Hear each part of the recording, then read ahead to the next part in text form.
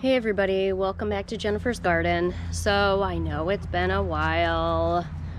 I've had a tough summer, so to speak. After my surgery, I had a couple weeks off, and then my grandmother fell ill, so had to take care of her while I was still off on leave. And then she ended up passing away on July 13th.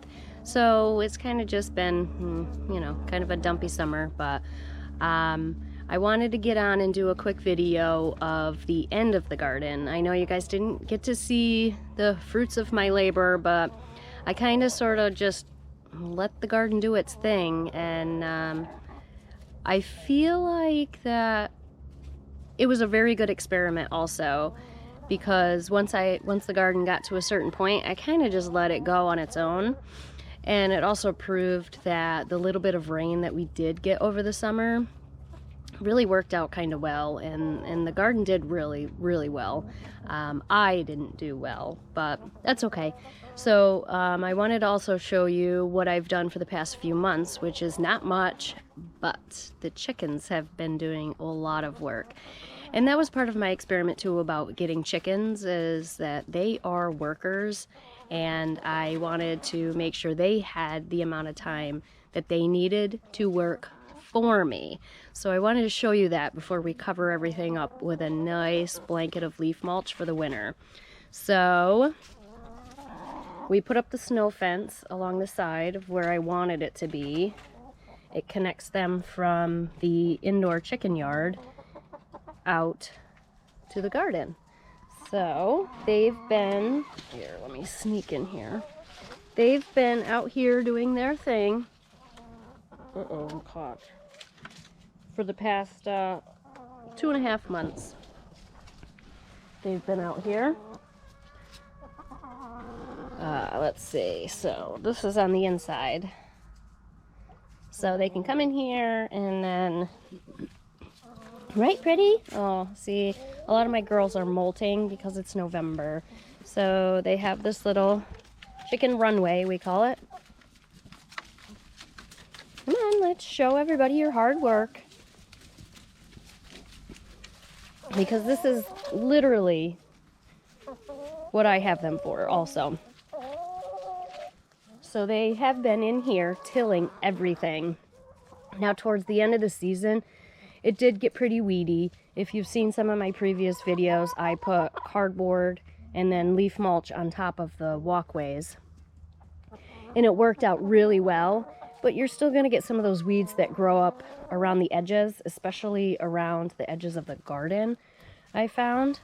And then when September came and the girls were able to come out here and do stuff, like you can see some of this, I mean, everything's dried up, but all of this was all, weeds and grasses that came up in between the fence and the cardboard, and they just went to town. They cleared everything out in all the corners and all the edges, and they like digging next to the raised beds.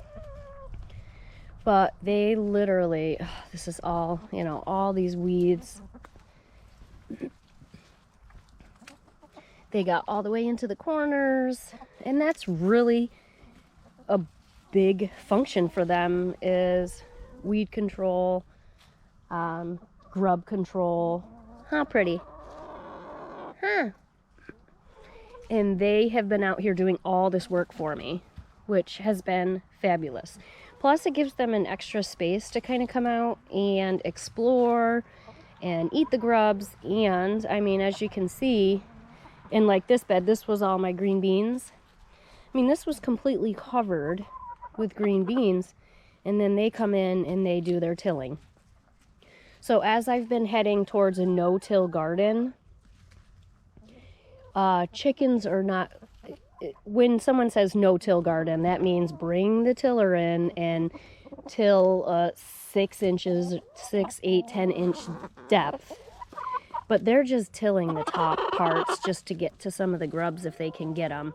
So even though they are tilling, I wouldn't consider that actual tilling, because they're not necessarily disturbing the microbiome, so to speak, of the bed.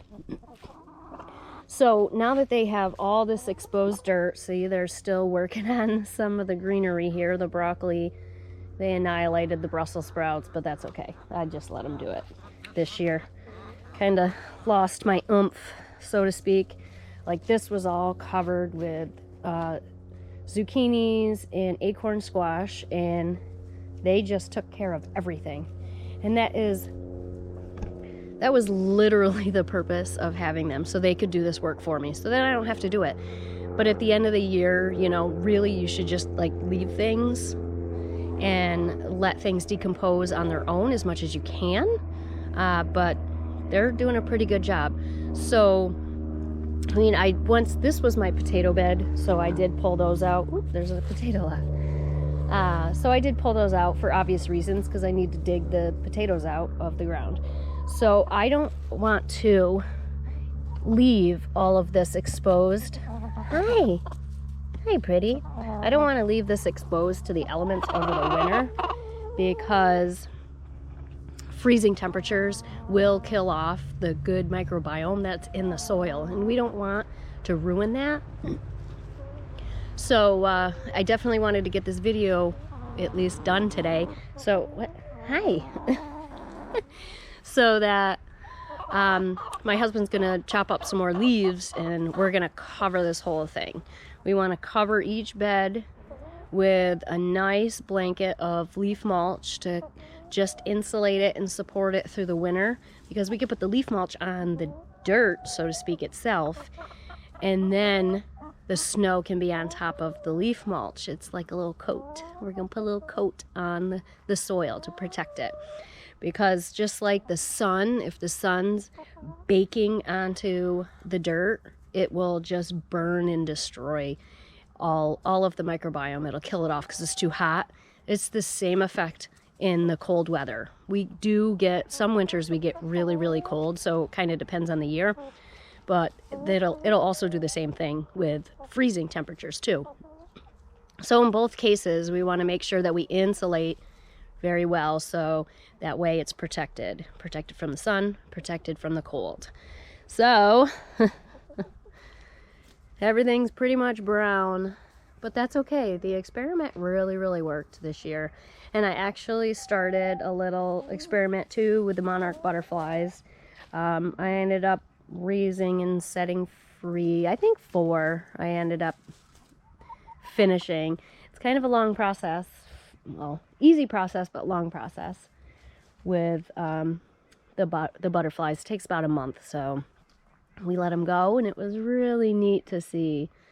So I'm going to leave the cattle panel trellises just the way they are. I'm going to leave everything just the way it is. I might take out the tomato cages just for neatness sake. And then today we will cover this whole garden with leaf mulch. I might come in, because they've dug some little holes, maybe just bring a rake in just to kind of flatten everything out, make it a little flatter, and cover it up for the winter and say good night. I still got some celery coming up. I'm just letting the girls eat whatever they want. Nutritious eggs. Well, I'll also show you their run, because we started the compost pile in the chicken run. Because again, I have chickens for many, many reasons besides just feeding them and getting their eggs. So I want to make these chickens work for me, and they have so much fun doing it.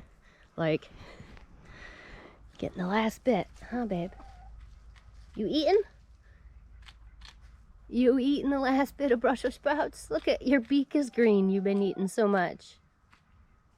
Huh? Huh? Are you eating? And you're like, oh, get away from me on the camera. Oh, this is one of my girls who's really molting. Are you molting? Oh, poor baby. You have a naked neck now, don't ya? Poor thing. All right, so let me show you the chicken run. So the first round of leaves we put through the little chipper, bagger, whatever. It makes the leaves, it chips the leaves up real small so they can compost down quicker, because the more surface space that can be on the leaf itself, the quicker it will decompose. Huh. And then you got you guys pooping on everything, right? Oh, we got to get your plastic up, don't we? Still got to get the plastic up on the covered chicken run. But let me step back so you can see. There's probably about 10 inches of leaf mulch on here. And everything, because it's kind of on a hill here. If you can see, let me put this straight. So it's a little bit of an incline, so everything with the rain and stuff tends to go down this way. So all of the good leaf compost underneath is down towards the chicken coop itself. I do try to leave a spot up here for them to do their dust baths and for me to be able to give them their scratch so they can get to it real well, huh? Oh, hi. But I don't know if I can get down, because I did dig up some of the leaf compost, bozo, for the garlic when I planted it not too long ago. I think it was last week. I don't even know if I can get down to it. I know. What am I doing? Am I digging? Ow, that's my finger. Listen. Well, underneath all of this, there is still some good compost. It makes my fingers black. It makes me very happy. It's good compost. So like I said before, it's been a tough summer and I'm just kind of letting stuff go. I did dig up what I needed for the garlic. My intentions were to scrape everything off and put it on top of the raised beds and then cover it with some leaf mulch for the winter, but it just didn't exactly work out the way I planned. But I will show you the garlic because I did need to make sure that I got the garlic in before it got too cold. All right, so I took all the weeds out of this section. It got pretty weedy pretty fast. And this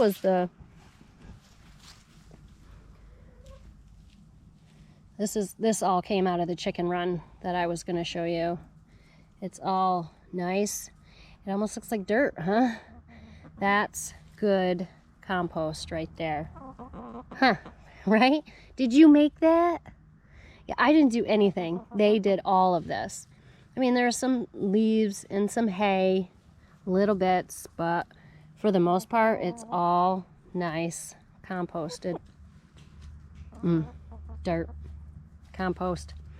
So I put this all down here.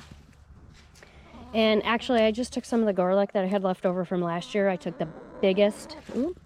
Somebody pulled one out. Well, that's a good example. I took the biggest heads that I had, and I don't know what kind they are. And I planted all of them. I'll find a spot for that.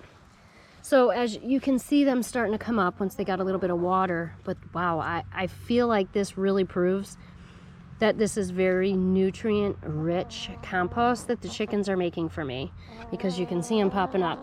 And this is kind of what we want. You want to plant the garlic late enough in the season where they'll establish the roots, but you don't want a lot of greenery. So like now that these are up, I'm gonna cover these with leaf mulch and then start insulating this for the winter, because I don't want this exposed. I don't want the freeze to go terribly down into the garlic bulb itself. I want it to just take a little nap over the winter. It's got roots, take a nap, and then it'll come back up in the spring. So yeah, really cool. So and this also proves that you can just take your garlic that you have. This was all the garlic that I harvested last year, and I ran out of time to, I was going to order some garlic, but I'm kind of glad I didn't. I don't have a ton here, so here's the first row, and here's the last row, because I tend to overplant and overdo, and I don't want to overdo it. I still have a ton of garlic, and then it'll dry out and get bad. So let's just put this over here somewhere. Put you in. You're still good to go. Ooh, that's cold. There. Night, night. I'll cover this all up and we'll be good for the winter. I also had some of this milkweed growing. All the seeds. I'm going to take the seeds. On the other side, I'm gonna dig everything out of the raised bed up to the raspberries, and I'm gonna plant a whole bunch of milkweed and let it go, because we are going to try to have a little monarch butterfly farm too. What? The flowers all were beautiful. They kept up real nice over the summer, so that's good. Just to make sure we have a lot of bees, a lot of butterflies, and a lot of stuff. So far so good. So I'll show you what it looks like after we get all the leaf mulch, all the leaf mulch down over the bed. So we'll say good night to the garden for the winter. And then it's just chicken time. Chicken time. Hi. Okay, so a couple hours worth of work later, we have the whole garden covered in leaf mulch. So this does a couple of things. The leaves on the ground and in the beds helps with the weed suppression, and for the harsh winters around here, it helps put a nice little layer of insulation over top of the dirt itself to help from getting like frostbite, because that's when all the microbiomes will die off. Like they almost get like freezer burnt. So we don't want that to happen, so we put a nice layer of leaf mulch over top of the ground, and that way the snow can fall on top of the leaves, and it's like a little insulation. It's like perfect. And it actually, while we were doing it, it was starting to spit snow. So lovely. Perfect timing. We're headed out to Florida in a couple days to see my sister for her 50th birthday. The big happy birthday to my big sister. So it'll be nice to get to some warmer weather. It's starting to dip back into the 40s and stuff during the day, but I'll give the girls a little bit more time out here. I don't want this super destruction, but I'll let them pat everything down and get in and eat whatever's left. There's still some greens left, but at least everything's covered, everything's insulated. So now she is put to bed for the winter. So I'm super excited. Sorry for being absent for so long, but you know, life happens. It is what it is. So from my coop to yours, thank you for growing with me, so I can grow with you.